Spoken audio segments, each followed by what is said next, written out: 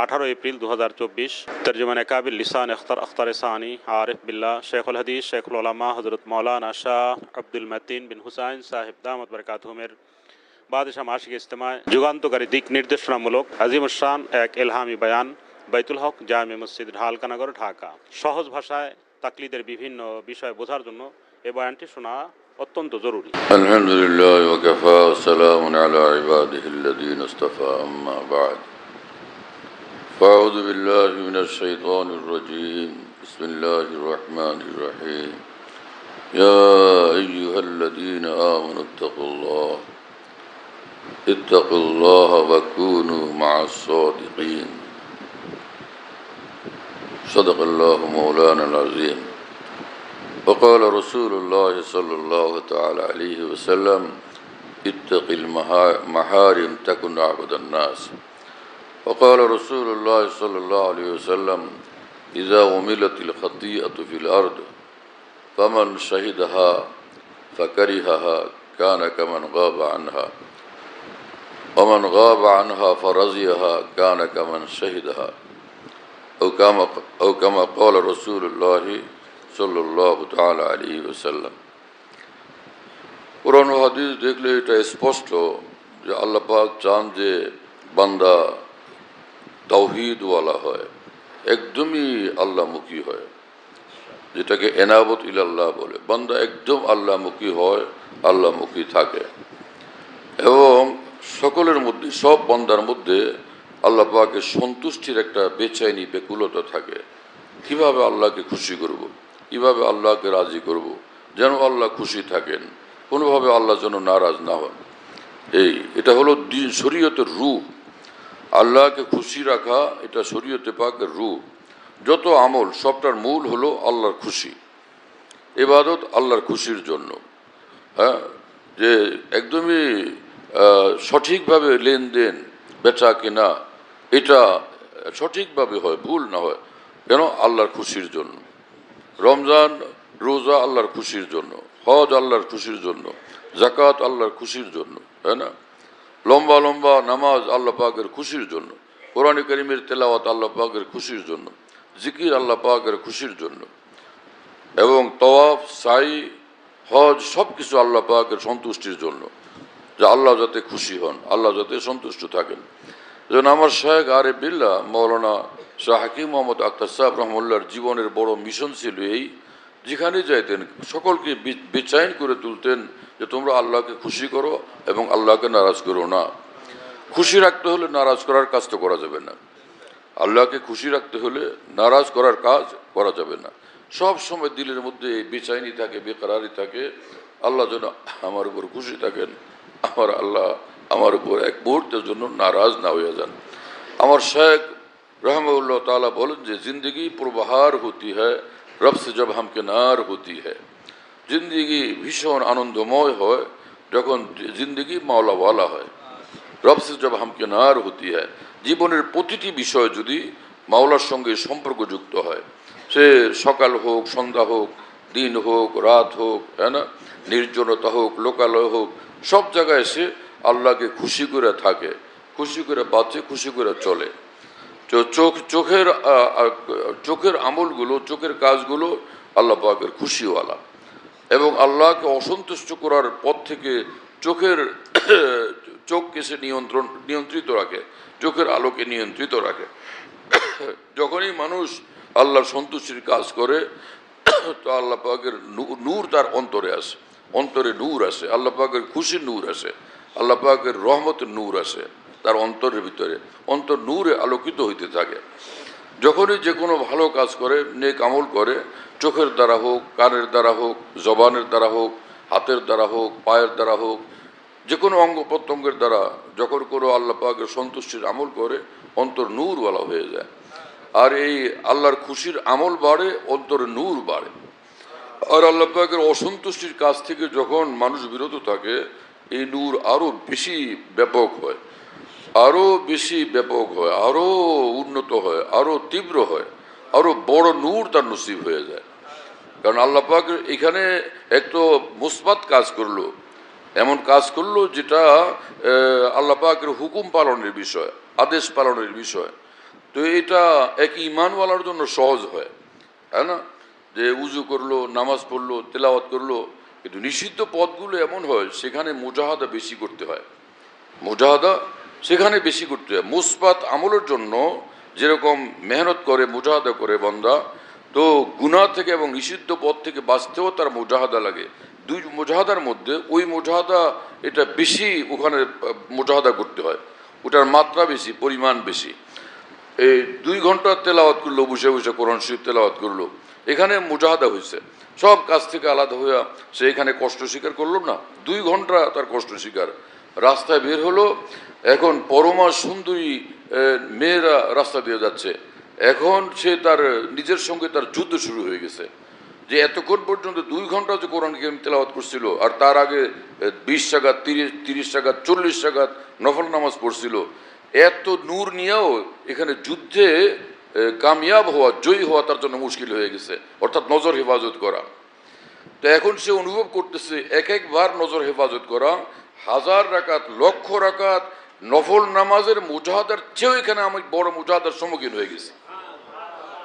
আমার 1000 রাকাত, 1 লাখ রাকাত নামাজ পড়তে, 1000 বার, 1 লাখ বার কোরআন কারীম তেলাওয়াত করতে আমার যে মুজাহাদা ছিল, এক একবারের নজর হেফাজত, এখানে তার চেয়ে বেশি মুজাহাদা, তার চেয়ে বেশি যুদ্ধ করতে হইতেছে, তার চেয়ে বেশি কষ্ট স্বীকার করতে হইতেছে। বোঝা গেল যে মুসবাত আমল, ইতিবাচক যে সকল কাজ, সেগুলোর ক্ষেত্রে যে মুজাহাদা আর গুনাহ থেকে এবং নিষিদ্ধ পথ থেকে বাঁচার মুজাহাদা, দুইটার মধ্যে পার্থক্য আছে, তাই না? মুসবাত আমলের মধ্যে, এই ইবাদত বন্দেগীর মধ্যে যে মুজাহাদা, গুনাহ থেকে এবং নিষিদ্ধ পথ থেকে বাঁচতে তার চেয়ে অনেক বেশি, হাজারো গুণ, লাখো গুণ বেশি মুজাহাদা করতে হয়। আর মুশাহাদা বকতে মুজাহাদা, যে যেই পরিমাণ মুজাহাদা করবে সেই পরিমাণ তার মুশাহাদা নসিব হবে। যে আল্লাহর জন্য যে যত কষ্ট করবে তত বেশি উচ্চ মাপের নৈকট্য তার নসিব হবে। এখন এটা প্রমাণিত হলো যে যে সকল নেক আমল মানুষ করে, তো নিষিদ্ধ পথ থেকে বাঁচার ক্ষেত্রে যে মুজাহাদা কষ্ট বেশি, সেজন্য সেক্ষেত্রে করবে লাহে রিজাইলে সবচেয়ে উচ্চ মাপের নসিব হয়, সবচেয়ে বড় মাপের নসিব হয়। ওয়াল্লাযিনা জাহাদু ফিনা লানাহদিয়ান্নাহুম সুবুলানা, আল্লাহ পাক বলছেন আমার জন্য মুজাহাদা করে দেখাও, তাহলে হেদায়েতের সব দুয়ার, সব রাস্তা আমি খুলে দেব।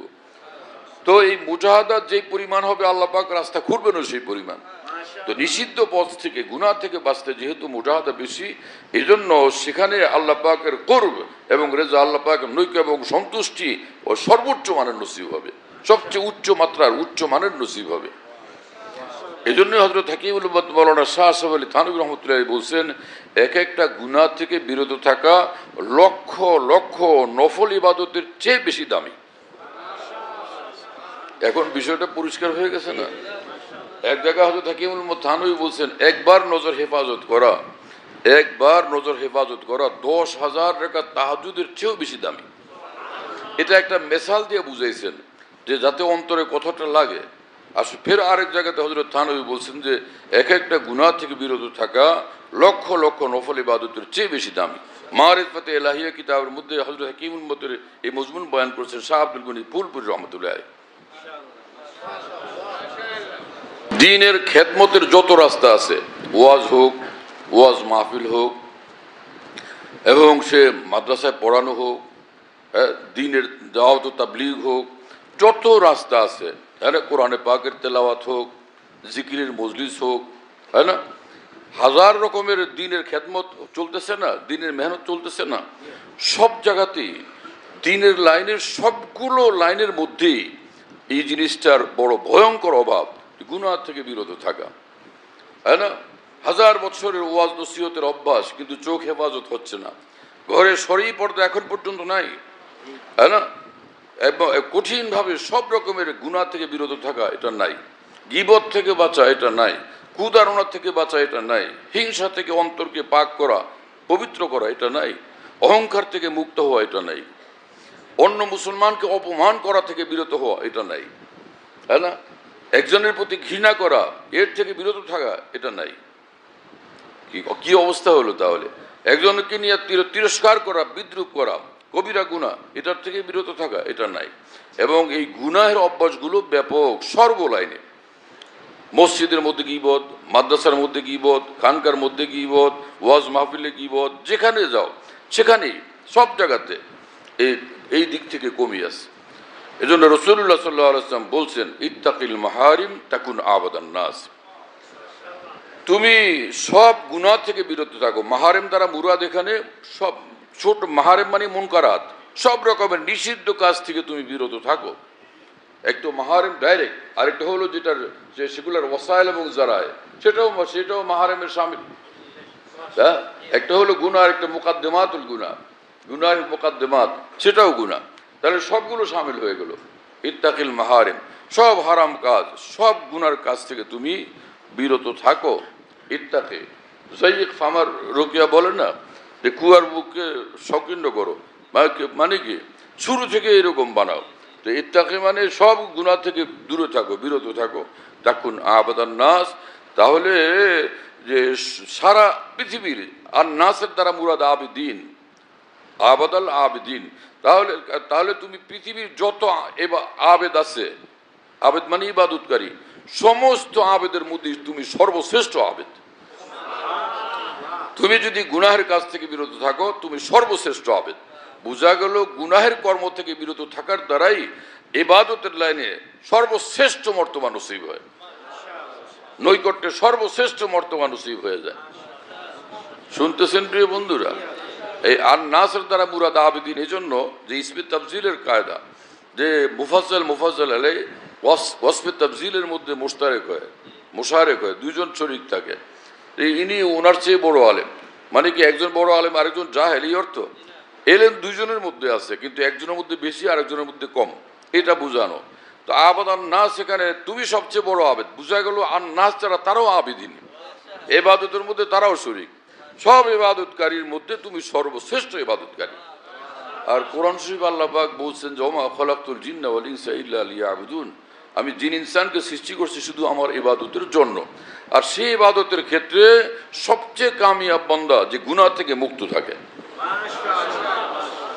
এবং আমার শাইখ রহমাল্লাহ বলতেন যে সুন্নত মোতাবেক জিন্দেগি বানানো চাই, রাসূলুল্লাহ সাল্লাল্লাহু আলাইহি ওয়াসাল্লামের জীবন আদর্শ অনুসরণ করা চাই। এবং তিনি বলতেন যে গুনাহ, তাকওয়ার উপরে চলা, এটা সবচেয়ে বড় সুন্নত। তাকওয়ার উপরে চলা সবচেয়ে বড় সুন্নত। রাসূলুল্লাহ সাল্লাল্লাহু আলাইহি ওয়াসাল্লামের সুন্নত মানে রাসূলুল্লাহ সাল্লাল্লাহু আলাইহি ওয়াসাল্লামের আদর্শ। সব গুনাহ থেকে মুক্ত থাকা, এই হাদিসে পাক থেকে প্রমাণিত হলো আল্লাহ রাসূল সাল্লাল্লাহু আলাইহি ওয়াসাল্লামের সবচেয়ে বড় সুন্নত হলো তাকওয়ার উপরে চলা, কোনো গুনাহমুক্ত জীবন নিয়ে চলা। আল্লাহ আমাদেরকে তৌফিক দান করেন। এইভাবে আমরা ফিকির করতে পারবো না ইনশাআল্লাহ তাআলা।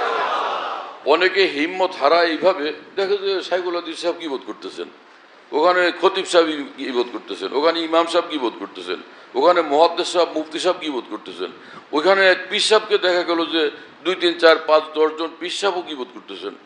এ সবাই কি বোধ করে, তাহলে বোঝা গেল বিষয়টা এত বেশি জটিল না, তাহলে আমিও একটু করি। নাউজুবিল্লাহ তাআলা মিন যালিক।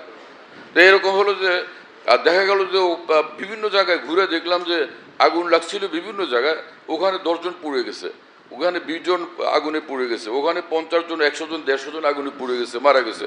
তো এতগুলো যখন আগুনে জ্বললো, অনেক লোক তো আগুনে পুড়ে মরলো, তাহলে আমিও ঝাঁপ দিয়ে আগুনে পুড়ে দেখি কেমন লাগে। এমনটা কি করবে কেউ? সবাই মিলে আগুনে পুড়ছে, হিসাবে দেখলাম তো অনেক ছাড়াই গেছে। এখন কি এপ্রিল মাস না? আজকের পেপারে দেখলাম যে গত মাসে মার্চ মাসে সারা দেশে সড়ক দুর্ঘটনায় 565 জন নিহত হয়েছে। কি কথা বুঝেন নাই? এখন যারা যে সড়ক দুর্ঘটনা দেখছেন বা শুনছেন বা পড়ছেন, তারা ভাবলেন যে এত লোক সড়ক দুর্ঘটনায় নিহত হলো, তাহলে ট্রাকের সামনে গিয়ে আমিও দাঁড়ায় দেখি যে কেমন হয় তাহলে ব্যাপারটা। এমন কি কেউ করবে? তাহলে যেটা নিঃসন্দেহে গুনাহের কাজ এবং জাহান্নামে যাওয়ার কাজ, সেই কাজে এরকম অনেক লোককে আমি দেখলাম যে আক্রান্ত, তাহলে আমিও সেই কাজে গিয়ে আক্রান্ত হই, এমনটা কি কেউ করবে? কি কথা বুঝেন না? হ্যাঁ, সারা দেশব্যাপী ঘুরলে দেখবে যে ছোট বাচ্চারা আছে, ওরা ওই এক জায়গায় মাটির মধ্যে শোয়া দিলে, ওই হোগলার ভিতরে শোয়া দিলেন উঠানে, মানে আগে হামাগুড়ি দিয়ে আগে বাড়তে বাড়তে বাড়তে বাড়তে মাটির কাছে গিয়া পরে নিয়ে খালি মাটি খায়, ধুমসে খাইতে থাকে মাটি। বাচ্চারা কি মামলা তো কি জানে, বাচ্চারা মাটি খাওয়াকে খুব পছন্দ করে, মাটি নিয়ে তামাম গাল ফুরে ফেলে, খাইতেই থাকে খাইতেই থাকে। পরে ওর গালের মধ্যে মা আঙ্গুল দিয়ে যখন বের করে দেখে গলার মধ্যেও মাটি, ওইখান থেকে পর্যন্ত টানে টেনে বাইর করা লাগে। এই সারা দেশের ছোট্ট নিষ্পাপ শিশুরা যখন এইভাবে মাটি খায়, তখন আপনি মনে করলেন যে নিষ্পাপ মাসুম বাচ্চারা মাটি খায়, তাহলে মাটি খায় আমারও দেখা উচিত, আপনিও গিয়ে মাটি খাওয়া শুরু করে দিবেন? এটা তো নিষ্পাপদেরকে অনুসরণ করা। এরকম কি করবে কোনো মানুষ? শিশুরা তো নিজের পেশাবো হাত দিয়ে দুমছে পিঠায় পরে গালে দেয়, প্রথম হাত দিয়ে ঠুস ঠুস পিঠায় পরে ওইটা তামাম গায়ে বুকে হাতেও হাত দিয়ে চাটেও। এইরকম করবে কোনো মানুষ?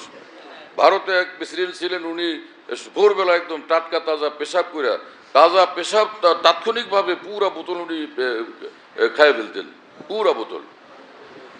জানেন না এটা কি নাম? দেশাই না, মোরারজি দেশাই। প্রতিদিন সকালবেলা উনি পেশাব খাইতেন, এবং এইটার অনুসরণে আরো বহু লোক পেশাব খাওয়া আরম্ভ করছিল। বাংলাদেশেও একদল লোক তৈরি হয়েছিল, তারা এই পেশাব খায়া এটা কি কি ফায়দা উপকার এগুলো তারা মানুষের মধ্যে ব্যাপকভাবে পৌঁছাবে। পরে দুই যুবক আমার কাছে আমাকে ফোন করছে, এই আমাদের আশপাশের কথা শিক্ষিত ছেলে, এবং তারা বলল যে আমার কাছে আসছে, পরে বলল যে আমরা এরকম এই ব্যবসাটা করতে চাই, তো ইসলাম যদি বলে তাহলে পারমিশন দেয় তাহলে করবো, আর না হলে করবো না। আমি বললাম এই একটা ভালো ব্যবসায়ী জোড়াইছেন, পেশাব খাবেন আর খাওয়াবেন, আর কোনো লাইন পান নাই। যুবক মানুষ অনেক হাসছে, খুব ভালো, ওদের মেজাজও ভালো এবং রুচিশীল মানুষ।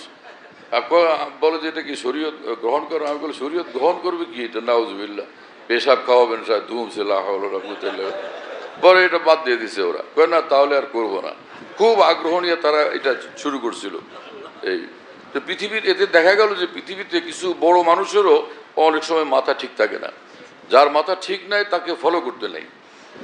যখনই দেখা গেল কারো মাথা ঠিক নেই, তখন তাকে আর ফলো করতে নেই। মনে করতে হবে যে এই মাথা অসুস্থ মাথা, অসুস্থ মাথাকে ফলো করা যাবে না। কি কথা বুঝে আসছে প্রিয় বন্ধুরা?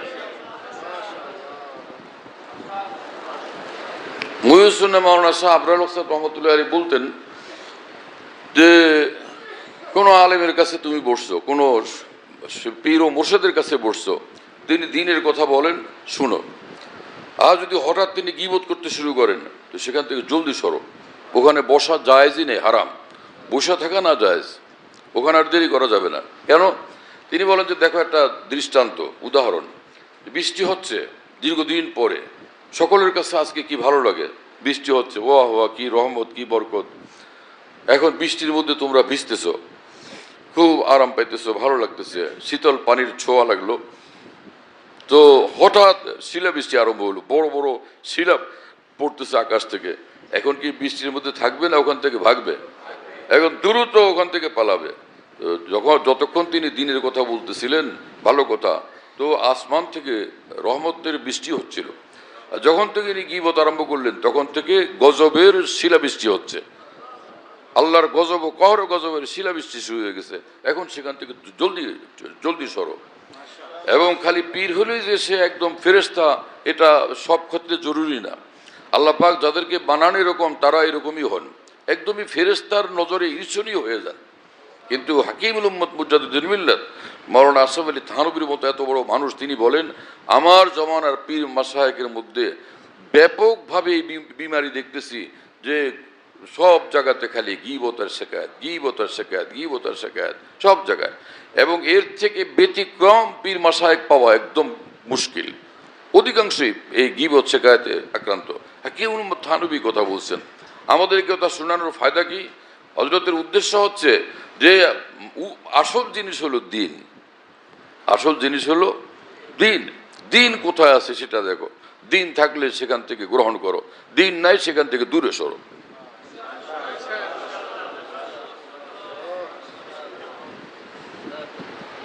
দ্বীন দেখতে হবে।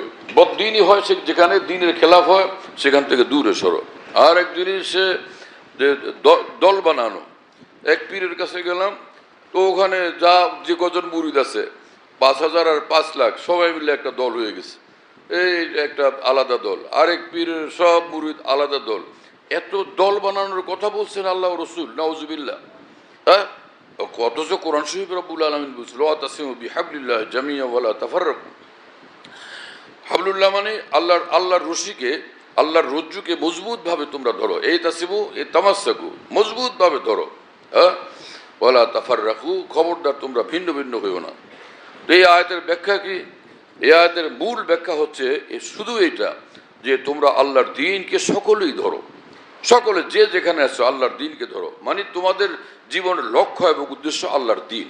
আল্লাহ বয়তাসিম, সকলে জামিয়া, প্রত্যেকে আল্লাহর দ্বীনকে ধরো, তাওহীদকে ধরো, ইখলাসকে ধরো, ইত্তেবা শুরুত ইত্তেবা সুন্নতকে ধরো, তাকওয়াকে ধরো, হ্যাঁ না, ইহসানকে ধরো। কথা বুঝতেছেন? খাশিয়ত ইলাহিয়াকে ধরো, জিক্রুল্লাহকে ধরো, তিলাওয়াতকে ধরো, মুসলমানকে মহব্বত করা এই আমলকে ধরো। এই কথা বুঝতেছেন প্রিয় বন্ধুরা? হ্যাঁ, যেগুলো করণীয় মামুরাতের শরিয়া সেগুলোকে ধরো, যেগুলো মানিয়াত সেগুলোকে ত্যাগ করা এই আমলকে ধরো। এতাসিমু বিহাবলিল্লাহ, এই যে যেখানেই দিন সেটাকে ধরো, যেখানেই বদ্দিন সেখান থেকে দূরে সরো, এবং এই ক্ষেত্রে তোমরা সকলে এক রাস্তার উপরে আসো, এই ক্ষেত্রে সকলে এক রাস্তার উপরে আসো। ওয়ালা তাফাররাকু, তোমরা ভিন্ন ভিন্ন হইও না, যে তোমাদের মধ্যে কেউ আছে পুরা দিনওয়ালা, কেউ আছে আধা দিন, বাকি আধা নাই। এই যে তাফাররুক, ভিন্নতা, এটা যেন তোমাদের মধ্যে না হয়। কিন্তু জায়গায় জায়গায় জায়গায় জায়গায় ইসলামী পার্টি বানায়া ওখানে এইটাকে লিখে রাখে, কিন্তু তাদের লিখে রাখার ওই যে সাইনবোর্ড দিয়ে লিখে রাখার উদ্দেশ্য যদি হয় সকলে আল্লাহর দ্বীনকে ধরো, আল্লাহর দ্বীনের বাইরে কেউ থেকো না, এই উদ্দেশ্য যদি লেখা হয়, তাদের এই লেখা, এই সাইনবোর্ড লাগানো বিলকুল ঠিক আছে। কিন্তু যদি এটার উদ্দেশ্য এই হয় যে আমরা যে দলে আছি, আসো সবাই ইসলামী এই দলে যোগ দাও, ইসলামী দল তো একটা না, সব সময় ইসলামী দল কতগুলো থাকছে, কি কথা বুঝেন নাই? সর্বযুগে সেই ব্রিটিশরা যখন ছিল তখন ইসলামী দল ভারত উপমহাদেশে অনেক ছিল, যখন পাকিস্তান ছিল ইসলামী দল অনেক ছিল, বাংলাদেশ হওয়ার পর ইসলামী দল আরো অনেক হয়েছে, কি কথা বুঝেন নাই? তো এইটা সে বিহাবলিল্লাহ ওয়ালা তাফাররুকের অর্থ যদি হয় ইসলামী পার্টিতে যোগ দেওয়া, মেম্বার হওয়া, ওর সঙ্গে জুড়ে থাকা, তাহলে কোন পার্টিতে যোগ দিবে সেটা হলো প্রশ্ন, কি কথা বুঝেন না? হাকিমুল উম্মত মুজাদ্দিদুল মিল্লাত মাওলানা শাহ আশরাফ আলী থানভী মস্ত বড় আলেম দ্বীন ছিলেন, ফকিহ ছিলেন, মুজাদ্দিদ কামিল ছিলেন। এই আয়াতে পাকের ব্যাখ্যায় তিনি লিখছেন, এই আয়াতে পাকের উদ্দেশ্য কোশ্চিনকালও এটা না যে মুসলমানদের কোনো পার্টিতে যোগ দেওয়া, কোশ্চিনকালের অর্থ না পার্টির মেম্বার হওয়া, পার্টিতে যোগ দেওয়া এবং এই কোনো এক পার্টিতে যোগ দেওয়া, তারপর ইসলামের আন্দোলন করা, এই আয়াতের উদ্দেশ্য কোনো ক্রমেই সেটা না। এই আয়াতের একমাত্র উদ্দেশ্য হলো তোমরা কেউ বাদ যাও না, সব আমার বান্দারা পূর্ণ দ্বীনের অনুসারী হোক। লা তাফাররাকু, এর বাইরে কেউ থাকো না, দ্বীনের বাইরে কেউ থাকো না। এই আয়াতে পাকের পরে কি? ওয়াজকুরু নি'মাতাল্লাহ ইয কুনতুম আদান ফাআল্লাফা বাইনা কুলুবিকুম, তোমরা আল্লাহ পাকের সেই নিয়ামতকে স্মরণ করো যে তোমরা ছিলে পরস্পরের শত্রু একজন আরেকজনের, ফাআল্লাফা বাইনা কুলুবিকুম, ঈমান এবং ইসলাম এবং দ্বীনের মাধ্যমে তোমাদের আপসে আমি মহব্বতের সম্পর্ক পয়দা করে দিয়েছি। কুনতুম আলা শাফা হুফরাতিন মিনান নার ফাআনকাযাকুম মিনহা, তোমরা ছিলে জাহান্নামের পথে, জাহান্নামের একদম কিনারে, এখনই পড়বা। আল্লাহ পাক ঈমান দিয়া, দ্বীন দিয়া, ইসলাম দিয়া যে তোমাদেরকে সে জাহান্নাম থেকে মুক্ত করছেন। পরের আয়াতের যে বক্তব্য এবং বর্ণনা, আগের আয়াতের বক্তব্য বর্ণনা, এই বর্ণনাকে সাপোর্ট করে না এখন, যে তোমার উদ্দেশ্য এটাই, সেজন্য আল্লাহ পাক পরবর্তীতে আবার এটাকে এসব কথা শুনে দিয়েছেন। দেখো তোমাদেরকে বললাম ওয়াতাসিমু বিহাবলিল্লাহ জামিয়া, তোমরা ছিলা কোথায় জানো? এই পথে ছিলা, জাহান্নামের পথে ছিলা এবং পরস্পর শত্রুতা আক্রান্ত ছিলা দ্বীন না থাকার কারণে।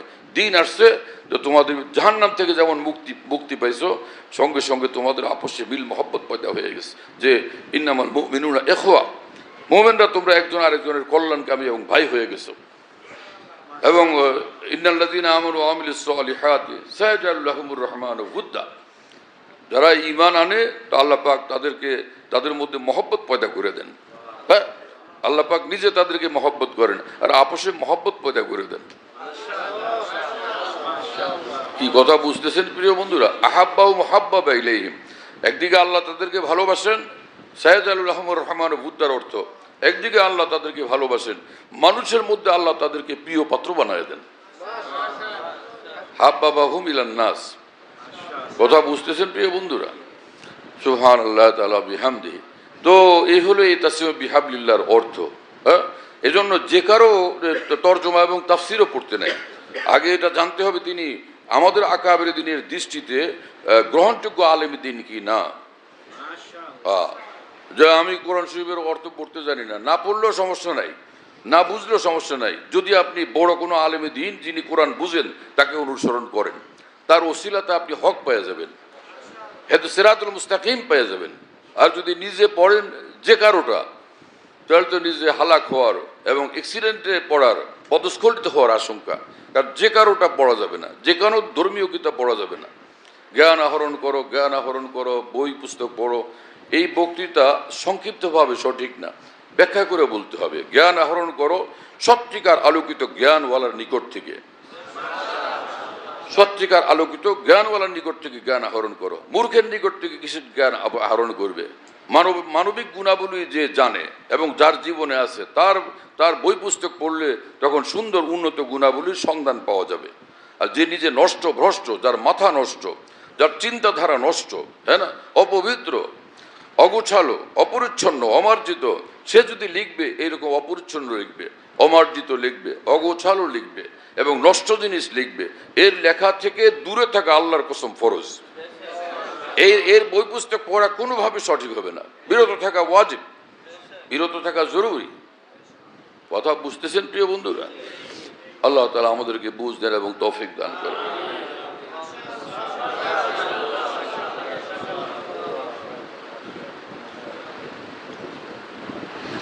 সুলুক ও তাসাউফ, তাসাউফ কি জিনিস? সুলুক ও তাসাউফ, লোকেরা বলে যে এটা তাসাউফ শব্দ কোরআন হাদিসের কোথাও নাই। কোরআন শরীফে নাই তো ঠিক আছে, হাদিস শরীফে নাই ঠিক আছে, কিন্তু যে আল্লাহ পাক তো খালি এই কথা বলেন না যে কোরআন হাদিসে থাকলেই খালি তোমরা এই মানবা, আর এরপর আর কোনো রাস্তা নাই। আল্লাহ তাআলা তো এই কথা পরিষ্কার বলে দিয়েছেন যে আতিউল্লাহ ওয়ার রাসূল, আতিউল্লাহ আতিউর রাসূল ওয়া উলিল আমরি মিনকুম, যে তোমরা আল্লাহকে মানবে, আল্লাহ রসুলকে মানবে এবং এই দ্বীনে কামেলের সহি বুঝ এবং কামেল বুঝ যাদের মধ্যে আছে তাদেরকে মানবে। উলুল আমরের দুই অর্থ। উলুল আমরের এক অর্থ হলো ওই সরকার, ওই রাষ্ট্র পরিচালক যারা আল্লাহ পাকের দ্বীন মোতাবেক পরিচালনা করেন, তো তাদেরকে মানা ওয়াজিব। কথা বুঝেন না? এই জন্য ইসলামী মুসলিম রাষ্ট্র যেখানে আছে, সকল মুসলিম রাষ্ট্র, সেখানে যদি রাষ্ট্রীয় কর্তৃপক্ষ একদমই ইসলাম বিরোধী কর্মকাণ্ডে লিপ্ত না হন আর এই অবস্থায় নির্দেশ করেন, ওই নির্দেশগুলো মানা ওয়াজিব এই আয়াতে পাকের কারণে। কিন্তু এখানে মুহাক্কিকিন লিখছেন এই আয়াতে পাকের ব্যাখ্যায়, এই আয়াতের মূল লক্ষ্য উলুল আমর বলতে যারা ফুকাহা ফিদ্দিন, যারা দ্বীনের বড় ফকিহ, তাদেরকে মানতে হবে। দ্বীনের ফকিহ, তুমি আল্লাহ রসুলের কথা মানবে, তুমি বুঝবে কিভাবে? রাসিখিন ফিল ইলমকে অনুসরণ করতে হবে। ওয়ার-রাসিখুনা ফিল ইলমি ইয়াকুলুনা আমান্না বিহি, যাদের ইলম একদম পাকা, তারা মাথা ঝুঁকাবেনি, তো তাদের সঙ্গে তোমরাও মাথা ঝুঁকাও। যারা আল্লাহর দ্বীনের ইলমে একদম পাকা, সে পাকা ইলমওয়ালারা, পাকা বুঝওয়ালারা নিঃসন্দেহে আল্লাহ রসুলের এতাআতে মাথা ঝুঁকাবেন, তাদের সঙ্গে তোমরা মাথা ঝুঁকাও, তোমরাও মাথা ঝুঁকাও, তাহলে কামিয়াব হয়ে যাবে। উলিল আমরি মিনকুম, কি কথা বুঝেন নাই প্রিয় বন্ধুরা? এবং এই উলুল আমর এটারই ব্যাখ্যা রাসূলুল্লাহ সাল্লাল্লাহু আলাইহি ওয়াসাল্লাম বলছেন যে খায়রুল কুরুনি কারনি সুম্মাল্লাযিনা ইয়ালুনাহুম সুম্মাল্লাযিনা ইয়ালুনাহুম।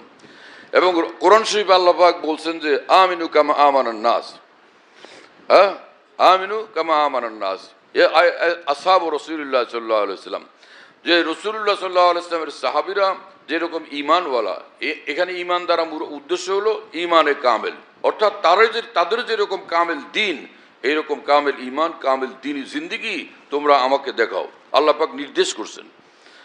আর এই আয়াতে পাকেরই ব্যাখ্যা রাসূলুল্লাহ সাল্লাল্লাহু আলাইহি ওয়াসাল্লাম বলছেন যে খায়রুল কুরুনি কারনি সুম্মাল্লাযিনা ইয়ালুনাহুম সুম্মাল্লাযিনা ইয়ালুনাহুম, যে আল্লাহ পাক যে নির্দেশ করছেন আমার সাহাবীদেরকে অনুসরণ করার জন্য, আমার সাহাবীদের হাতে কামেলভাবে গড়া যে মানুষরা, ওই তাবিনরাও আল্লাহর নিকট গ্রহণযোগ্য, এবং সেই তাবিনের হাতে গড়া মানুষ যারা তাবিন, তারাও আল্লাহর নিকট গ্রহণযোগ্য।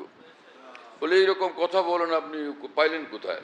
অনেকে পেরেশান না হয়ে যায় যে এরকম মন গড়া তাফসীর করতেছে। আরেক আয়াত শুনায় দিই, তাহলে একটু সহজ হবে মানতে। সেটা হলো কোরআন শরীফে আল্লাহ পাক বলেন ওয়াস-সাবিকুনাল আউয়ালুনা মিনাল মুহাজিরিনা ওয়াল আনসার ওয়াল্লাযিনা তাবাউহুম বিইহসান রাদিয়াল্লাহু আনহুম ওয়া রাযু আন। হ্যাঁ, কি কথা বুঝতেছেন প্রিয় বন্ধুরা?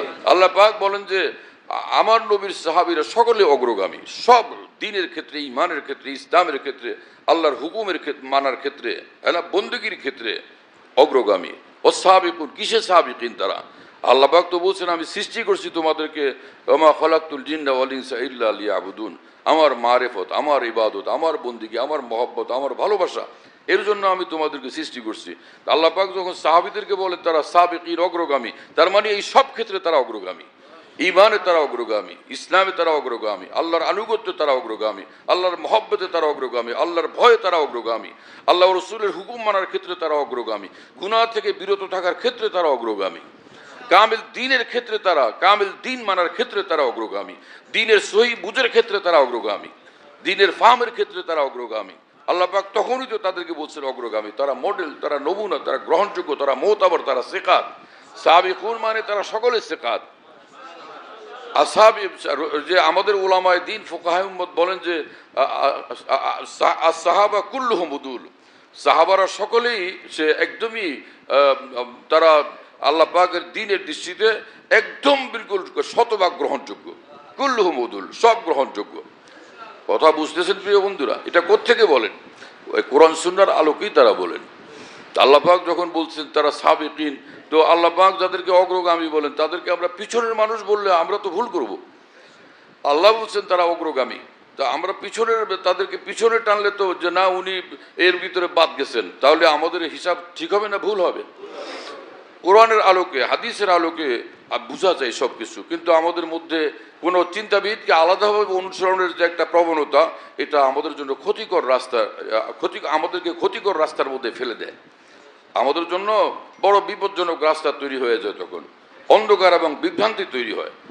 ওয়াস-সাবিকুনাল আউয়ালুন মিনাল মুহাজিরিন ওয়াল আনসার, মুজাদ্দিদ আল-ফিসানি রাহিমাহুল্লাহ বলেন এখানে মিন বয়ানিয়া, এখানে মিন হলো বয়ানিয়া। তাফসীর মাজারিতে কাজী সানাউল্লাহ পানিপতি রহমতুল্লাহ লিখছেন, হযরত মুজাদ্দিদ আল-ফিসানি বলছেন এখানে মিন বয়ানিয়া। কি অর্থ? মিনাল মুহাজিরিন ওয়াল আনসার, এই যে আল্লাহ বললেন যে এরা অগ্রগামী, এই অগ্রগামী মুহাজিররাও আনসাররাও, মানে সাহাবীদের দুইটাই জামাত, কেউ মুহাজির কেউ আনসার। আল্লাহ পাক বলছেন সব অগ্রগামী, আমার নিকটে সকলেই অগ্রগামী। সুবহানাল্লাহ। ওয়াল্লাযীনা তাবাউহুম বিইহসান, ওয়াল্লাযীনা তাবাউহুম বিইহসান, এবং আল্লাহ পাক বলেন এরাও অগ্রগামী আমার দৃষ্টিতে। ওয়াস-সাবিকুনাল আউয়ালুন মিনাল মুহাজিরিন ওয়াল আনসার ওয়াল্লাযীনা তাবাউহুম বিইহসান, এই সাবিকিনের ভিতরে তো সাহাবা, কিন্তু এর আল্লাযীনার আর্থ মিনাল মুহাজিরিন, আল মুহাজিরিনের উপরে, এবং যারা তাদেরকে অনুসরণ করে। তো এরা সাবিকিনের মধ্যে না, সাবিকিনের মুত্তাবিন, এরা সাবিকিন না, সাবিকিনের সঙ্গে মুলহাক, সাবিকিনের মুত্তাবিন।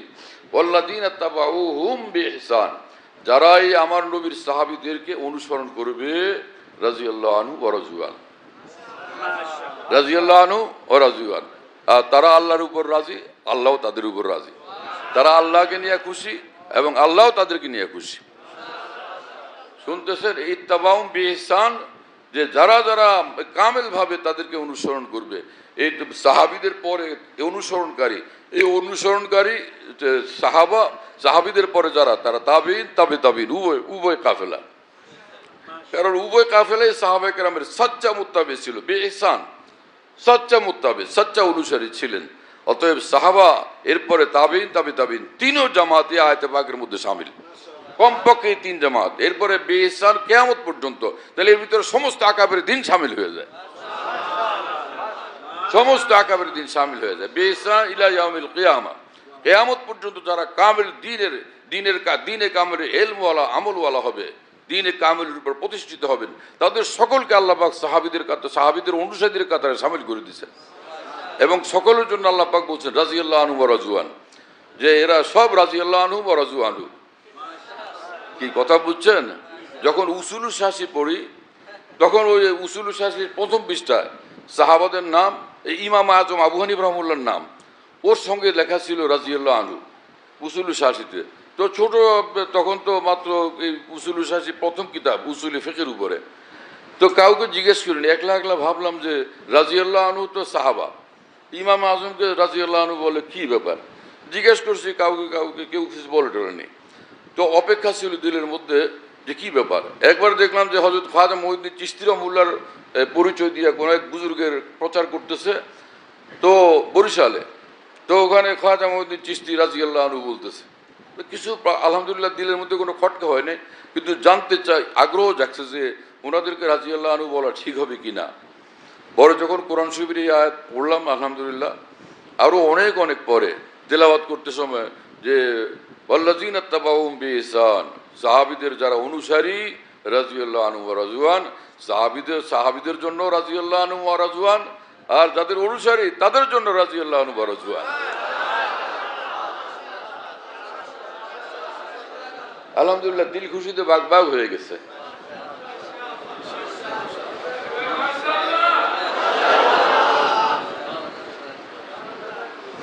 আল্লাহ তাআলার মেহেরবানি আলহামদুলিল্লাহ। এজন্য আমাদের মহান আকাবির দ্বীন যখন ইমাম আজম আবু হানিফ রহমতুল্লাহ আলাইহির শানে লেখেন, তো লিখতে থাকেন রাদিয়াল্লাহু আনহু রাদিয়াল্লাহু আনহু। ইমাম মালিক রহমতুল্লাহর জীবনীতে দেখলাম রাদিয়াল্লাহু আনহু রাদিয়াল্লাহু আনহু।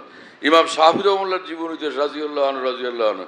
ইমাম আহমদ ইবনে হাম্বল রহমতুল্লাহর জীবনীতে দেখলাম রাদিয়াল্লাহু আনহু রাদিয়াল্লাহু আনহু। আকাবির দ্বীনের শানি তাদেরকে এইরকম শ্রদ্ধার নজরে দেখেন। তো তারা সকলেই এটা পাইলেন কোথায়? এই আয়াতে পাক থেকে পাইছেন, সকলেই আয়াতে পাক থেকে পাইছেন, সকলের দলিল আয়াতে কোরআনী। এই কথা বুঝতেছেন প্রিয় বন্ধুরা? তো এই আয়াতে পাকেরই ব্যাখ্যা যে রাসূলুল্লাহ সাল্লাল্লাহু আলাইহি ওয়াসাল্লাম বলছেন খায়রুল কুরুনি করনি সুম্মাল্লাযীনা জালুনাহুম সুম্মাল্লাযীনা জালুনাহুম। এই কথা বুঝতেছেন প্রিয় বন্ধুরা? সাহাবায়ে কেরাম যে আল্লাহ রসুল সাল্লাল্লাহু আলাইহি ওয়াসাল্লাম বলছেন যে সর্বশ্রেষ্ঠ জমানা আমার যে কোনো যুগের যে সর্বশ্রেষ্ঠ ভালো মানুষ আমারই জমানার মানুষ, মানে সাহাবায়ে কেরাম। এরপরে সর্বশ্রেষ্ঠ কিয়ামত পর্যন্ত সকলের মধ্যে সর্বশ্রেষ্ঠ মানুষ এই সাহাবীদের শিষ্য তাবেঈন যারা। এরপরে সর্বশ্রেষ্ঠ মানুষ তাবেঈন যারা। কথা বুঝতেছেন প্রিয় বন্ধুরা? কেসা আজীব কথা রাসূলুল্লাহ সাল্লাল্লাহু আলাইহি ওয়াসাল্লাম বলে গেছেন, তারা সব খায়রুল কুরুন, তারা সব খায়রুল কুরুন। তো এই সকল সাহাবা তাবেঈন তাবেঈন রাদিয়াল্লাহু তাআলা আনহুম তারা সকলেই এই কিয়ামত পর্যন্তের উম্মতের জন্য অনুসরণীয়। আল্লাহ আমাদেরকে তাদেরকে মহব্বত করার, অনুসরণ করার তৌফিক দান করে। তো উলিল আমরি মিনকুম, হ্যাঁ না, যে যারা কামেল দ্বীনের উপরে প্রতিষ্ঠিত তাদেরকেও অনুসরণ করার কথা রাসূলুল্লাহ সাল্লাল্লাহু আলাইহি ওয়াসাল্লাম বলছেন। এখন সাহাবীদের মধ্যে এক একজনের আপোষে ইখতিলাফ ছিল দ্বীনি ব্যাখ্যা নিয়ে। যে যাকে ধরছেন সব ঠিক আছেন, যে নামাজের মধ্যে হাত বাঁধা রাখেন যে নাভির নিচে তিনিও ঠিক আছেন, যে বুকে বাঁধেন তিনিও ঠিক আছেন, যিনি আমিন আসতে বলেন তিনিও ঠিক আছেন, যিনি আমিন জোরে বলেন তিনিও ঠিক আছেন। এগুলো নিয়ে আপোষে ঝগড়াঝাটি করার কোনো মানে নেই, সব ঠিক আছে। আমিনের বহস এরকম না যে এটা কোনো ফরজ ওয়াজিবের বহস। যারা আমিন জোরে বলেন তারা দলিল প্রমাণের আলোকে প্রমাণ করতে চেষ্টা করেন যে আমিন জোরে বলা এটা উত্তম। আমিন জোরে বলা ফরজ বলেন না, ওয়াজিবও বলেন না, আমিন বলা উত্তম। আর যারা আমিন আসতে বলেন তারা দলিল প্রমাণের আলোকে দেখান আমিন আসতে বলা উত্তম। কারো নিকটে একদম একচেটিয়া এই স্ট্রং এবং দ্ব্যর্থহীন অকাট্য দলিল এক গ্রুপের কাছেও নাই। আমার কথা বুঝতেছেন আপনারা? আমিন জোরেই বলতে হবে এইরকম একদম সুস্পষ্ট সুনির্ধারিত দ্ব্যর্থহীন এবং অকাট্য কোনো দলিল ওই গ্রুপের কাছে নাই। যারা আমিন আসতে বলতে বলেন তাদের নিকট দ্ব্যর্থহীন এবং অকাট্য একদম সুস্পষ্ট কোনো দলিল নেই। সকলেরই নিকট হাদিস শরীফ আছে যে রাসূলুল্লাহ সাল্লাল্লাহু আলাইহি ওয়াসাল্লাম ওয়ালাদ-দাল্লিনের পরে আমিন আসতে বলছেন আখফা বিহা। কি কথা বুঝতেছেন?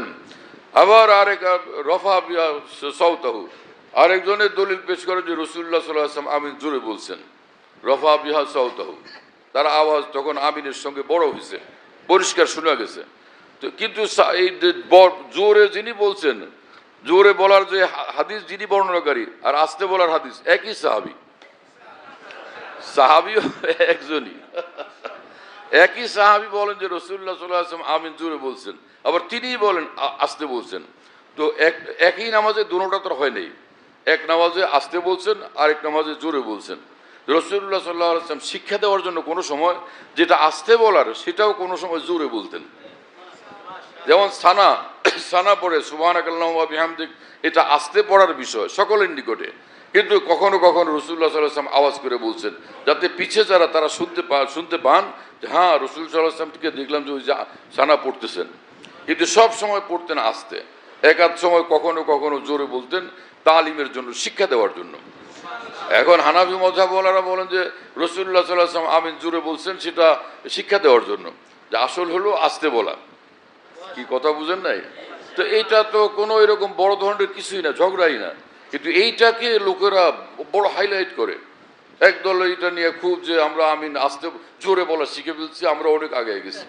আর ভাই আল্লাহ আসল আগানোর তার রাস্তা হলো অমায়ুতি আল্লাহ রসুলা, আল্লাহ রসুলের এতাত, আল্লাহ রসুলের আনুগত্য। দল বানানো, পার্টি বানানো, নতুন নতুন রাস্তা বানানো এবং নতুন নতুন আবিষ্কার, এটার নাম আগে চলে যাওয়া না। অগ্রগামিতা একে বলে না, অগ্রগামিতা হলো আল্লাহ রসুলের আনুগত্যের নাম। তো এই যে চারো মযহাবের ফুকাহায়ে কেরাম, ওলামায়ে দ্বীন, সকলের একমাত্র উদ্দেশ্য আল্লাহ রসুলের আনুগত্য। সে আনুগত্যের পদ্ধতিটা কি হবে এই ক্ষেত্রে, এই বিষয়ে, সেটাকে তারা কোরআন সুন্নাহর দলিল প্রমাণের আলোকে, ইলমের আলোকে সেটা প্রমাণিত করেন।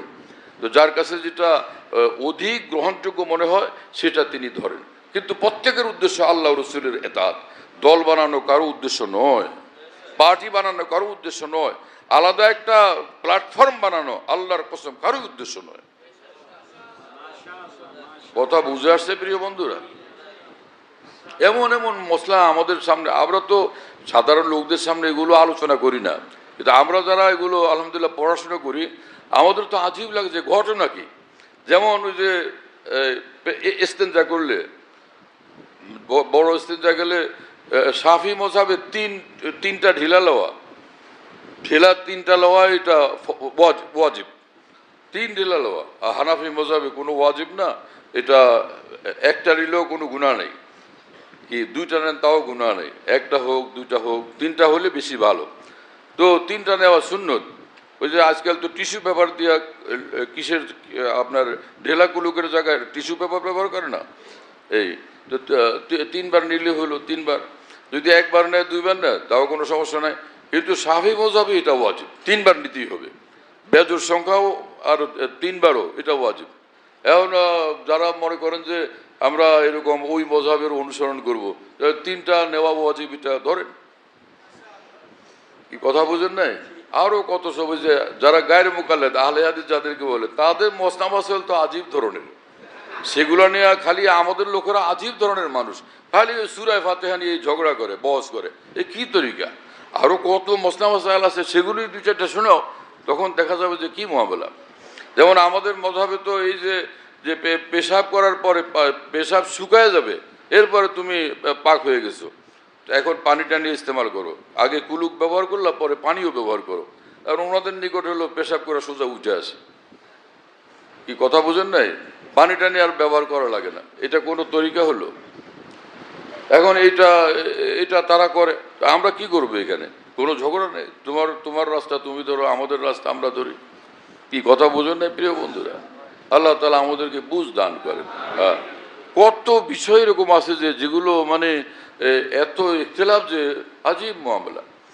তা আমাদের উলামায়ে দ্বীনের কাজ হলো তারা দ্বীনের মধ্যে কোন জিনিসটা দরকার সেইটাকে তুলে নিয়ে এসে আমাদের সামনে সহজভাবে পেশ করে দেন, এটা করো তুমি কামিয়াব হয়ে যাবে। উজু করি, উজু চেহারা ধোয়া লাগবে, কোরআন শরীফ আছে না, ফাগসিলু উজুহাকুম, চেহারা ধো, চেহারা কতটুকু? এখন আমরা চেহারা ওই যে কানের সাইড দিয়া এই পর্যন্ত, থুতনি পর্যন্ত না, মাথার চুলের এইখান থেকে শুরু করে এদিকে এসে কানের এই গোড়া দিয়া এদিকে আসলো থুতনি সহ, এইটা চেহারা, তাহলে এইটা ধোয়া ফরজ হবে, কি কথা বুঝেন নাই? আবার ফুকাহাদের কেউ কেউ বলছে যে না, কানের সামনের সাইড যেটা চেহারার পাশাপাশি, এটাও চেহারার অংশ, ওইটারও ধোয়া লাগবে। কেউ আবার বলছেন যে না, কানের পিছনের অংশ সামনের অংশ যখন ধুবে সেটার সঙ্গে কানের যে সামনের অংশ ধুবে তো পিছনের অংশ ধুবে, পুরোটা ধোয়া লাগবে। আমি যখন উজু করতে যাই বলে আমার মনে হয় আমার অনেক হাসি আসে। কোনো সময় পানি দিতে গেলে দেখা যায় কানেও ঢুকে যায়, কানের মধ্যে কিছুটা চলে যায়, তখন ভাবি যা এক ইমামের কথার উপর আমল হয়ে গেছে। তো এখন যদি ওই রকম ওই মশলার উপর আমল হয় তাহলে তো কান রোজ ধোয়া লাগবে। আমাদের ওলামায়ে কেরাম, ফুকাহায়ে কেরাম বলে দিয়েছেন যে ভাই এইভাবে আমল করো যথেষ্ট। আর কোরআন শরীফে আল্লাহ পাক বলে দিয়েছেন তুমি বুঝো না ঠিক আছে, কিন্তু যে বুঝে তারটা ধরো। তুমি বুঝো না, আচ্ছা বুঝলাম, কিন্তু যে বুঝছে তারে ধরো। ফাসালু আহলা যিকরি ইন কুনতুম লা তা'লামুন, আহলাল ইলম, হ্যাঁ না, আহলা যিকরি আহলাল ইলম। সুবহানাল্লাহ, কি সুন্দর মুআমালা। আল্লাহ পাক জাল্লা জালালু আম্মা ওয়ালু আমাদেরকে মাফ করেন। সাহাবায়ে কেরাম রাদিয়াল্লাহু আনহুম, তাবিঈন, তাবিঈন, তারা হলেন আসলাফ উম্মত, উম্মতের সলফ, উম্মতের। ওরা যারা হাদিস শরীফের আহলে হাদিস, যে তাদের নাম আরব দেশে সলফি। সলফি মানে যারা আসলাফকে অনুসরণ করে। আসলাফকে অনুসরণ করতে মযহাবওয়ালারা, আসলাফকে অনুসরণ করতে মযহাবওয়ালারা। আপনারা কি আসলাফকে অনুসরণ করেন? আসলাফ সলফের মধ্যে বড় তো সাহাবায়ে কেরাম। সাহাবীদের ভিতরে সবচেয়ে বড় 4 সাহাবী, আবু বকর, উমর, উসমান, আলী রাদিয়াল্লাহু তাআলা আনহু। হযরত উমর, হযরত উসমান, হযরত আলী, তারা তিনজনই, আবু বকর জেনের উপরে তিনজনই তারাবির নামাজ 20 রাকাত পড়ছেন। আপনারা তো 20 রাকাত মানেন না, আপনারা বলেন যে 8 রাকাত। তাহলে আপনারা আসলাফকে মানলেন কোন জায়গায়? সলফে সালেহিনকে মানলেন কই? আপনারা তো মানেন নাই। হ্যাঁ, মানছে যারা মযহাবওয়ালা, তারা মানছে তাদেরকে। এবং রাসূলুল্লাহ সাল্লাল্লাহু আলাইহি ওয়াসাল্লাম তো পরিষ্কার বলে দিয়েছেন যে তোমরা আমার আদর্শ ধরবা, আমার খোলাফায়ে রাশিদিনের আদর্শ ধরবা। আলাইকুম বিসুন্নতি ওয়া সুন্নাতিল খোলাফায়ে রাশিদিন আল মাহদিয়িন। তোমাদের দায়িত্ব হলো, কর্তব্য হলো তোমার রসুলের সুন্নাহ, অর্থাৎ তোমার রসুলের আদর্শ, তিনি দিন হিসাবে যেটা পেশ করছেন সেটা তোমরা ধরবা। এবং খোলাফায়ে রাশিদিনের যে সুন্নাহ তরিকা, তাদের আদর্শ, সেটা তোমরা ধরবা। এবং তামাসসাকু, মজবুতভাবে ধরবে এটাকে। দুইটার ব্যাপারে এক কথা বলছেন রাসূলুল্লাহ সাল্লাল্লাহু আলাইহি ওয়াসাল্লাম। হ্যাঁ, তামাসসাকু বিহা, এটাকে মজবুতভাবে ধরো। আযু আলাইহি বিন নওয়াজিজ, দাঁতে কামড়ায় ধরো, এত মজবুতভাবে ধরবা ছুটতে না পারে। তো খোলাফায়ে রাশিদিন দোনোটার নির্দেশ দিচ্ছেন। আর সুন্নাহ রাসূলুল্লাহ সাল্লাল্লাহু আলাইহি ওয়াসাল্লামের জমানাতে, সাহাবীদের জমানাতে, হ্যাঁ না, তাবিঈনের জমানাতে, রাসূলুল্লাহ সাল্লাল্লাহু আলাইহি ওয়াসাল্লাম সাহাবাদের জমানাতে সুন্নত কখনো, এই যে ফরজ ওয়াজিব সুন্নত, এই অর্থে কখনো ব্যবহার হয় নাই। ওখানে সুন্নাহ মানে কামেল দিন, ওখানে সুন্নাহ মানে কি পুরা দিন। রাসূলুল্লাহ সাল্লাল্লাহু আলাইহি ওয়াসাল্লাম তো এখানে বলে দিচ্ছেন, আমি যেটা দিন হিসাবে পেশ করি, আমার খোলাফায়ে রাশিদিন যেটাকে দিন হিসাবে পেশ করেন, উভয়টাকে অনুসরণ করা তোমাদের দায়িত্ব এবং কর্তব্য। রাসূল পাক সাল্লাল্লাহু আলাইহি ওয়াসাল্লাম পরিষ্কার বলে দিচ্ছেন। তাহলে সে সাহাবীদের যে তরিকা ইবাদতের ক্ষেত্রে, সেটাকে তো আমাদের গ্রহণ করতে হবে। যে যাকে অনুসরণ করলো, যে কোনো সাহাবীকে, সে হকের উপরে আছে, সহি রাস্তার উপরে আছে। তো উমর রাদিয়াল্লাহু তাআলা আনহু সম্পর্কে রাসূলুল্লাহ সাল্লাল্লাহু আলাইহি ওয়াসাল্লাম বলছেন, লাউ কানা বাদি নবিয়্যুন লাকানা উমর, আমার পরে কেউ নবী হওয়ার সুযোগ থাকলে নিঃসন্দেহে উমর নবী হইতেন। সেই উমর রাদিয়াল্লাহু তাআলা তো তারাবি 20 রাকাত পড়ছেন। তাহলে তো তাকে তো ফলো করা উচিত না। যদি ও ফলো করা না হয়, এই হাদিসের খেলাফ হয়, এই হাদিসের খেলাফ হয়। তাহলে হাদিস কিভাবে হবে এই ভাইয়েরা? হ্যাঁ, কিছু হাদিস মানলেন, কিছু হাদিস মানলেন না, ছেড়ে দিলেন, তাহলে আহলে হাদিস কিভাবে থাকলেন? আহলে হাদিস তো মযহাবওয়ালারা, সব হাদিসকে সামনে রেখে তারা ফয়সালা করেন। আহলে হাদিস প্রকৃতপক্ষে মযহাবওয়ালারা, এবং সলফি প্রকৃতপক্ষে মযহাবওয়ালারা। আসলাফ উম্মতকে তারা শতভাগ মেনে চলে, কোনোভাবে তারা আসলাফ উম্মতের কথার বাইরে যাইতে রাজি না, কোনোভাবেই সলফে সালেহিনের কথার বাইরে যাইতে রাজি না। এবং যারা আপনারা মযহাবের বাইরে থাকতেছেন, তারা যে কেউ কাফের মুশরিক হয়ে গেছেন, সে কথা আমরা কখনো বলি না। কিন্তু আপনাদের মধ্যে কিছু লোক একটু ভুল কথা বলে, যে আমাদের আইম্মাদেরকে তুচ্ছ তাচ্ছিল্য করে কথা বলে।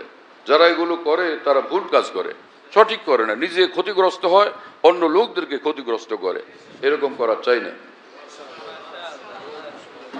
হ্যাঁ,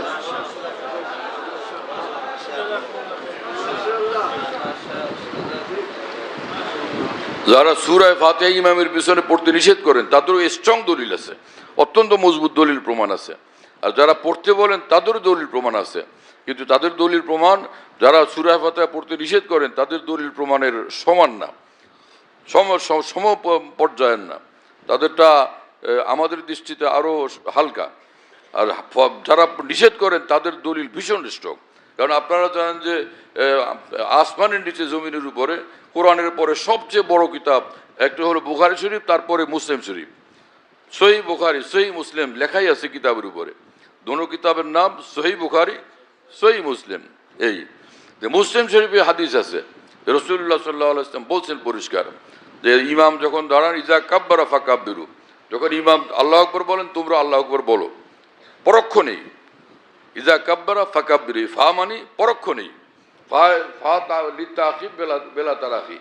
এজন্য তার তর্জমা হলো পরোক্ষ নেই, তোমরা আল্লাহু আকবার বলো, ইমামের সাথে সাথে আল্লাহু আকবার বলো। ইজা কাব্বারা ফাকাব্বিরু, ইজা রাকা ফারকা, ওয়াইজা সাজাদা ফাসজুদু। ইমাম রুকু করেন তো তোমরা পরক্ষণেই তো তার সঙ্গে তার অনুসরণে রুকু করো, তিনি সিজদা করেন তোমরা সিজদা করো, এই বলছেন রাসূল সাল্লাল্লাহু আলাইহি ওয়াসাল্লাম। এবং ইজা ক্বালা ইজা করা ইজা ক্বালা ওয়ালাদ-দাল্লিন ফাকুলু আমিন, যখন তিনি ওয়ালাদ-দাল্লিন বলেন তোমরা তখন আমিন বলবা। এগুলো সব রাসূলুল্লাহ সাল্লাল্লাহু আলাইহি ওয়াসাল্লাম শিক্ষা দিয়েছেন এই হাদিসের মধ্যে। কিন্তু এর মধ্যে এটাও বলছেন ওয়াইজা করা ফাআনসিতু, ওয়াইজা করা ফাআনসিতু। এবং যখন ইমাম কোরআন শরীফ পড়েন নামাজের মধ্যে, কারা মানে কোরআনে কারীম থেকে পড়েন, তো ফাআনসিতু তখন চুপ থাকো সকলে। এখানে ডাইরেক্ট রাসূল সাল্লাল্লাহু আলাইহি ওয়াসাল্লাম চুপ থাকতে বলছেন। আর কোরআন শরীফ আল্লাহ পাক বলছেন ইজা কুরিআল কুরআনু ফাসতামিউ লাহু ওয়া আনসিতু, যখন কোরআন শরীফ তোমাদের সামনে পড়া হয়, হ্যাঁ, তো শোনানোর জন্য পড়া হয়, শোনানোর জন্য যখন পড়া হয় তখন একদম চুপ থাকো এবং সে মনোযোগ দিয়ে শোনো। তো চুপ থাকাও ওয়াজিব, এই আয়াতের ব্যাখ্যা ফুকাহায়ে কেরাম লিখছেন চুপ থাকাও ওয়াজিব এবং সে কি বলে মনোযোগ দিয়ে শোনাও ওয়াজিব, দুটোটা ওয়াজিব, আলাদা আলাদা। চুপ থাকা ওয়াজিব, মনোযোগ দিয়ে শোনা সেটাও ওয়াজিব। কি কথা বুঝতেছেন প্রিয় বন্ধুরা? তো ওখানে তো হাদিস শরীফে রাসূলুল্লাহ সাল্লাল্লাহু আলাইহি ওয়াসাল্লাম পরিষ্কার বলে দিয়েছেন ইজা কারা ফাআনসিতু। এই কথা তো বলেন না যে ভাগ করে বলেন না যে আলহামদুলিল্লাহ সূরা পড়তে সময় তোমরাও পড়ো আর বাকি যে কোনোটা পড়েন তখন তোমরা চুপ থাকো, এই কথা তো বলেন নাই, সোজাসুজি এক কথা বলে দিয়েছেন। অথচ এখানে নামাজ পড়ার পুরা তরিকা বলছেন, আল্লাহু আকবার থেকে শুরু করে পুরা নামাজ, কথা বুঝেন নাই? তো তো এর ভিতরে কেরাতের পদ্ধতি কারটা কি সেখানে আমল বাতলাই দিয়েছেন। ইজা করা ফাআনসিতু, ইমাম যখন পড়েন কোরআনে পাক থেকে তখন তোমরা চুপ থাকো। এই হাদিসে পাক তো হানাফি মাযহাবওয়ালাদের দলিল, পরিষ্কার একদম। আমরা এই হাদিসের উপর আমল করি, এই হাদিসের উপর আমরা আমল করি, তো মুশকিল কি? একজন আরেকজনের বিরুদ্ধে লাগো কিসের জন্য? হ্যাঁ, যারা ফাতিহার দলিল পেশ করে তো তাদের দলিল পেশ করার জন্য কিছু সুযোগ তারা দেখেন, তাদের দলিল পেশ করার জন্য তারা কিছু সুযোগ দেখেন, সেগুলোকে আমরা দলিল মনে করার সুযোগ আমাদের হয় না। আপনাদের দলিল মনে করার সুযোগ হয়, আপনারা আমল করতেছেন, ঠিক আছে, কিন্তু আমাদের যেটা স্পষ্ট সুস্পষ্ট দ্ব্যর্থহীন দলিল সেটা আমরা ফলো করি। তো আমরা রাসূলুল্লাহ সাল্লাল্লাহু আলাইহি ওয়াসাল্লামের কথাই ফলো করি। আপনারা মনে করেন আপনারা রাসূলুল্লাহ সাল্লাল্লাহু আলাইহি ওয়াসাল্লামের কথা ফলো করেন, ঠিক আছে, তো আমরাও তো সরাসরি রাসূলুল্লাহ সাল্লাল্লাহু আলাইহি ওয়াসাল্লামের কথাই ফলো করি। একজন আরেকজনকে নিয়ে তিরস্কার করার কোনো সুযোগ তো নাই। আল্লাহ আমাদেরকে মাফ করেন।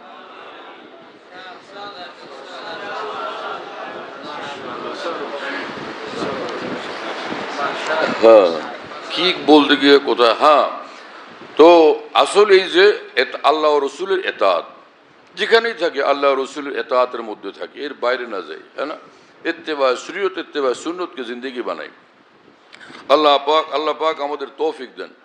আরেক জিনিস উলামায়ে দ্বীন এবং তোলাবায়ে কেরামের জন্য বিশেষভাবে, সব মুসলমানের জন্য এই জিনিস জরুরি, কিন্তু খাসভাবে উলামায়ে দ্বীন তোলাবায়ে কেরাম উম্মতের মুক্তাদাদের জন্য, সেটা হলো তাআল্লুক মা আল্লাহর জন্য বেচাইন হয়ে যাওয়া।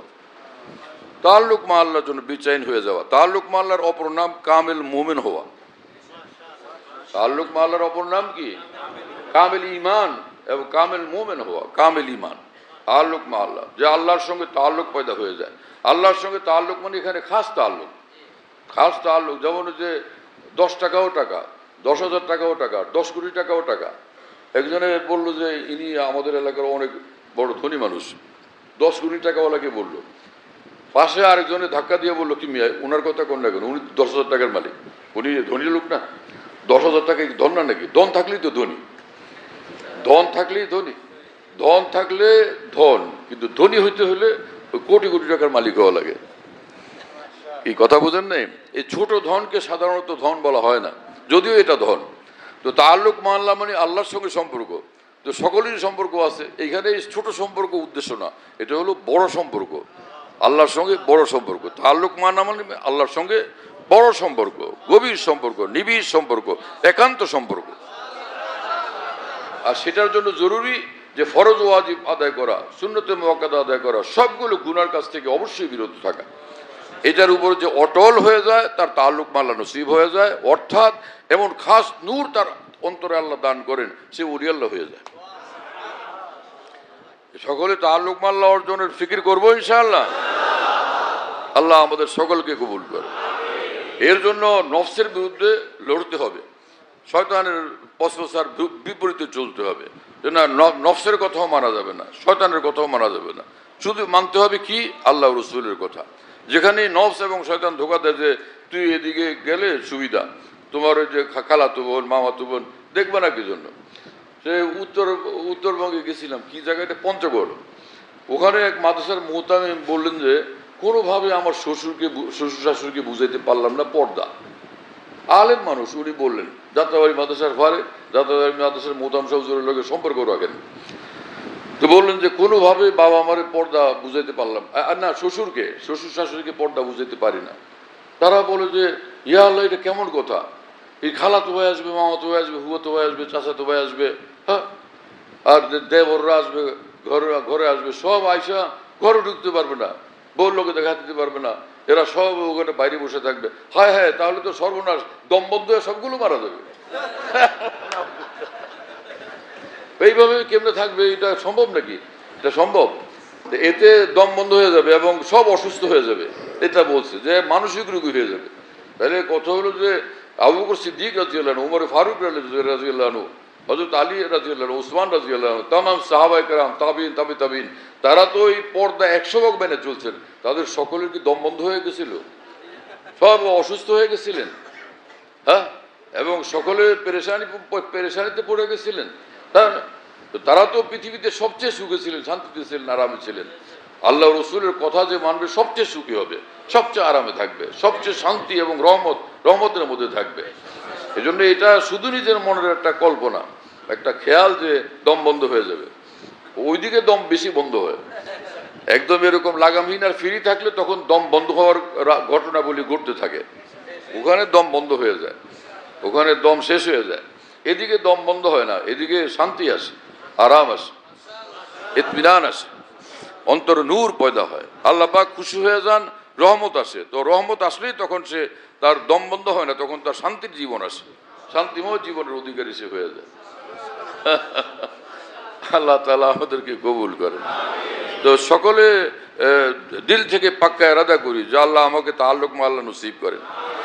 আর যারা কোনো আল্লাহওয়ালার সঙ্গে সম্পর্ক রাখেন, নিজের শাইখের সঙ্গে মহব্বতের সম্পর্ক রাখা চাই, হ্যাঁ না? এবং যে যত বেশি শাইখকে মহব্বত করবে, তো আল্লাহর মহব্বতের পথে তত বেশি তারা কি উন্নতি অগ্রগতি হবে। কি মোহাম্মদ থানভী রহমাতুল্লাহ বলছেন, শাইখ নায়েব রসুল হতা হয়, শাইখ আল্লাহ রসুল সাল্লাল্লাহু আলাইহি ওয়াসাল্লামের নায়েব, হ্যাঁ না? এবং হযরত হাকিম মোহাম্মদ থানভী বলছেন, হাকিকতে শাইখ তাজাল্লি হক হয়, যে শাইখের হাকিকত হলো তিনি আল্লাহ পাকের তাজাল্লি, আল্লাহ পাকের হাদি নামের তাজাল্লি হয় শাইখের উপরে।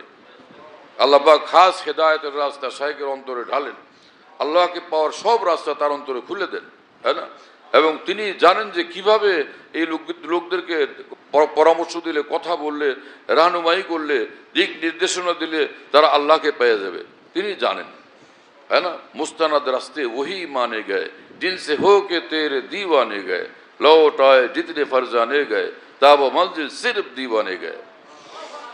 সেজন্য তাআল্লুক মা আল্লাহ অর্জন করার জন্য সকলে ফিকির করি, এই ব্যাপারে পিছনে না থাকি, হ্যাঁ না? আল্লাহ তাআলা আমাদেরকে কবুল করেন এবং তৌফিক দান করেন। নজর হেফাজত করবো সকলে ইনশাআল্লাহ, গীবত থেকে বাঁচবো সকলে ইনশাআল্লাহ। হয় আল্লাহ আমাদেরকে তৌফিক দান করেন। এবং যার যে 1, 2, 3টা গুনাহ এরকম রয়ে গেছে যেগুলো ছুটতেছে না, এই কয়েকটার বিরুদ্ধে মুজাহাদা করলে ইনশাআল্লাহ জলদি সে ওলি আল্লাহ হয়ে যাবে। কারো এক গুনাহ, কারো আরেক গুনাহ, কারো নজর খারাপ করার গুনাহ, কারো গীবত করার গুনাহ, কারো মধ্যে কোনোটা, কারো মধ্যে কোনোটা, কারো মধ্যে 1, 2টা, কারো মধ্যে 3, 4টা। নির্দিষ্ট করে দেখতে হবে আমার কোন কোন গুনার অভ্যাস, সেই গুনাহগুলোর বিরুদ্ধে হিম্মতের সাথে চলতে হবে। এই কয়েকটা গুনাহ ছুটে গেলেই এই মানুষ নিঃসন্দেহে ওলি আল্লাহ হয়ে যাবে, এই তাআল্লুক মালা তার নসিব হয়ে যাবে ইনশাআল্লাহ তাআলা।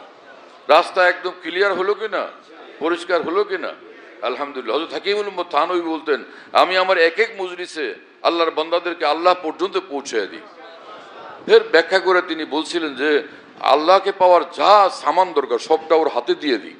এখন ওই এদিকে হাঁটা এবং রাস্তায় চলা তার দায়িত্ব, এই রাস্তা ধরলেই মঞ্জিল পর্যন্ত, সে মঞ্জিলে মাকসুদ পর্যন্ত পৌঁছে যাবে। তো সব কিছু বলে দেওয়া হয়েছে, এখন খালি আমল করি। আল্লাহ আমাদের সকলকে তৌফিক দেন। ওয়া আখিরু দাওয়ানা আলহামদুলিল্লাহি রাব্বিল আলামিন ওয়া সাল্লাল্লাহু আলা নবিয়্যিল কারীম। আমাদের ঢালকানগর খানকাহে যেখানে আমি আছি, খানকা ইয়াদগারে হাকিমুল উম্মত। মনে রাখো, বলো খানকা ইয়াদগারে হাকিমুল উম্মত। হাকিমুল উম্মতের স্মৃতি এখানে, হাকিমুল উম্মতের কথাবার্তায় আলোচনা হয় আলহামদুলিল্লাহ। একটা নাম, কিন্তু তামাম আকাবের কথাই আলোচনা হইতে থাকে আলহামদুলিল্লাহ।